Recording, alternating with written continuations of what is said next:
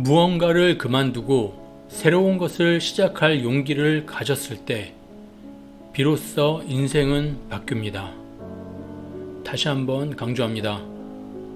무언가를 그만두고 새로운 것을 시작할 용기를 가졌을 때 비로소 인생은 바뀝니다.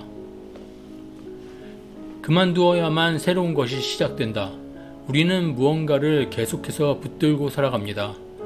안정된 직장, 익숙한 관계, 고정된 일상 속에서 살아가는 것이 안전하다고 느끼기 때문입니다.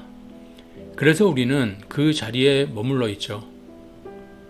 하지만 혹시 그만둬야만 얻을 수 있는 것들에 대해 생각해 본 적이 있나요? 만약 지금의 무언가를 내려놓지 않으면 그토록 바라던 새로운 삶은 결코 시작되지 않을지도 모릅니다.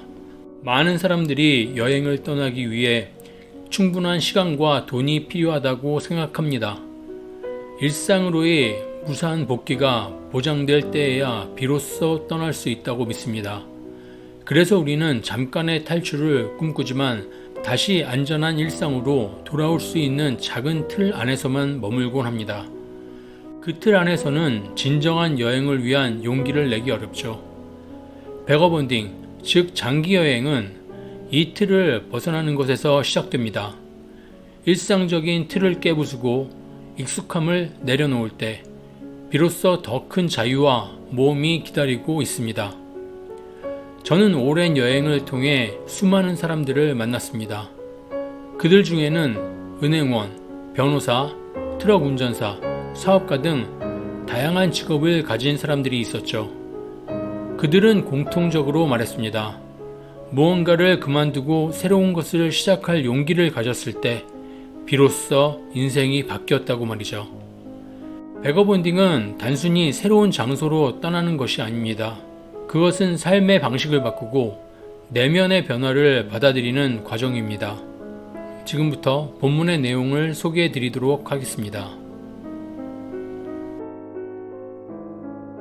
2004년 나는 약 18개월 동안 전 세계를 여행한 경험이 있다.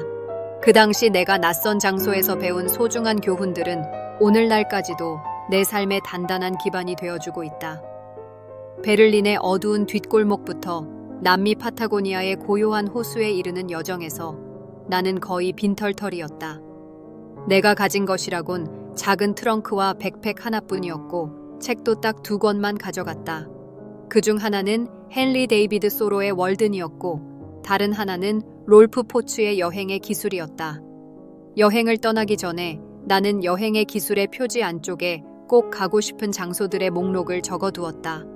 그 목록에는 스톡홀름, 프라하, 파리, 뮌헨, 베를린, 그리고 암스테르담 같은 도시들이 포함되어 있었다. 급할 필요도 없었고 불안해할 이유도 없었다. 나만의 속도로 천천히 이 도시들을 걸으며 탐험하면 충분했다. 그 순간은 마치 꿈이 실현되는 기분이었다. 여행 내내 나는 롤프 포츠의 책을 여러 번 읽으면서 깨달음을 얻었다. 진정한 여행이란 단지 새로운 장소를 방문하는 것이 아니라 일상을 떠나 내 삶에 새로운 시각을 더하는 것이라는 사실을 말이다. 6주 이상 집을 떠나본 적이 있는가? 나는 이 질문을 여행 내내 내 자신에게 던졌다. 보통의 휴가와는 전혀 다른 일상을 완전히 떠나 장기간의 자유로운 방랑을 해본 적이 있는지에 대해 생각했다. 그러던 중 올리버 스톤 감독의 영화 월스트리트 속 한 장면이 떠올랐다. 그 영화에는 야심찬 주식 중개인 청년이 등장하는데 그는 여자친구에게 자신의 꿈을 이야기한다. 30살이 되기 전에 엄청난 돈을 벌어서 이 바닥을 떠날 거야. 그때는 모터사이클을 사서 중국을 일주할 거야. 라고 말하는 장면이었다. 나는 이 대사를 듣고 순간 자리에서 벌떡 일어날 뻔했다. 누구든지 8개월 정도 일하면 중국 여행을 할 정도의 돈은 벌 수 있다. 그런데 이 청년에게 이게 그렇게 거창한 목표일까? 왜 관객들은 그가 하는 말에 아무런 충격도 받지 않고 있지? 라는 생각이 들었다. 하지만 더 놀라운 건 나 자신이었다. 나 역시 다른 사람들과 마찬가지로 그 청년의 말에 자연스럽게 고개를 끄덕이고 있었기 때문이다. 여행이란 대단하고 특별한 무언가여야 한다고 여겼던 나 자신이 그 순간 너무 낯설게 느껴졌다. 그렇다. 우리는 놀라지 않는다. 왜냐하면 대부분의 사람에게 여행은 그저 잠깐의 탈출이자 열광적인 경험일 뿐이기 때문이다. 우리는 돈을 벌어오면 그것을 모두 인생 시스템이라는 모호한 개념에 쏟아붓는다. 그러다 가끔 마음을 크게 먹고 비싼 옷을 사듯 여행을 계획하고 떠난다. 여행은 그저 소모적인 소비 활동처럼 인식되는 것이다. 하지만 나는 그때부터 내가 생각했던 여행의 의미를 조금씩 다시 생각하게 되었다. 나는 이 글을 쓰면서 세상에서 가장 성공한 사람들과 혁신을 이룬 인물들을 만나볼 기회가 있었다. 그들과 함께 대화를 나누고 식사를 하고 때로는 산책을 하면서 발견한 공통점 중 하나는 그들이 대부분 방랑자, 즉 베가본더였다는 것이다. 그들은 잠깐의 휴가가 아니라 더 깊이 세상을 바라보고 오랜 시간 동안 그 안에서 자유롭게 방랑하는 베거본딩의 삶을 살아가고 있었다. 베거본딩은 일상에서 최소한 6주 이상 벗어나 장기간 여행하는 삶의 방식을 뜻한다. 몇 개월에서 몇 년까지도 이어질 수 있는 이 방랑의 시간 동안 우리는 일상과 삶을 다시금 새롭게 정의하게 된다. 이 여행은 단순한 일탈이 아닌 삶에 대한 새로운 관점을 제공한다. 그것은 소유가 아닌 선택의 자유를 선물하며 일상 속에서 모험을 발견하게 하고 모험 속에서 일상의 가치를 깨닫게 해준다. 베거본딩은 단순한 여행 방식이 아니다. 그것은 태도다. 사람들과 장소, 그리고 그곳의 사물에 대해 진심 어린 관심과 흥미를 가지며 살아가는 생생한 모험가의 자세다. 그렇게 우리는 다양한 경험과 기회를 얻게 된다. 베거본딩은 인생에서의 확실성을 느슨하게 만드는 용기를 필요로 한다. 그 용기는 때로는 안전한 일상을 벗어나야만 길러질 수 있다. 베거본딩을 시작하기에 적당한 때는 따로 없다.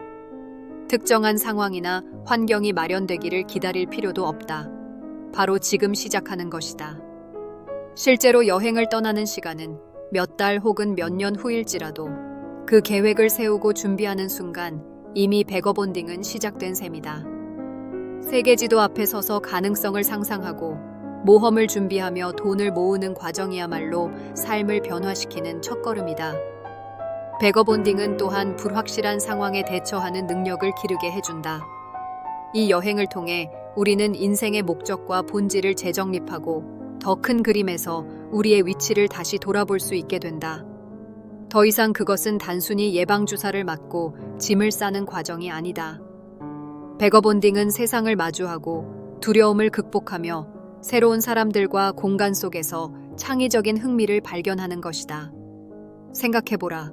이보다 더 멋진 성공의 비결이 또 있을까? 베거본딩은 우리가 살면서 직면하는 여러 불확실성과 두려움을 극복하게 해주고 더 나은 삶을 향한 여정을 도와준다. 이는 단순한 여행이 아닌 진정한 삶의 방식이다. 오늘은 여기까지였습니다. 지금까지 오픈 스튜디오 24였습니다. 다음 시간에도 좋은 내용으로 찾아뵙겠습니다. 감사합니다.